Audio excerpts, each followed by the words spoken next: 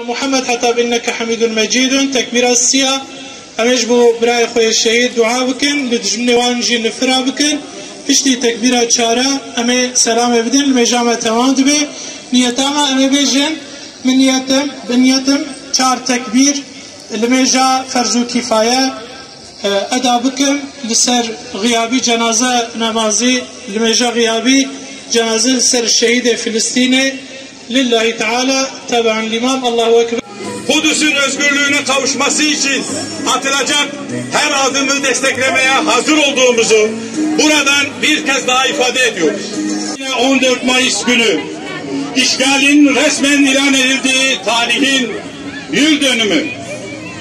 Bu sefer hedefte Mescid-i Aksa'nın yanında Şeyh Cerrah vardı.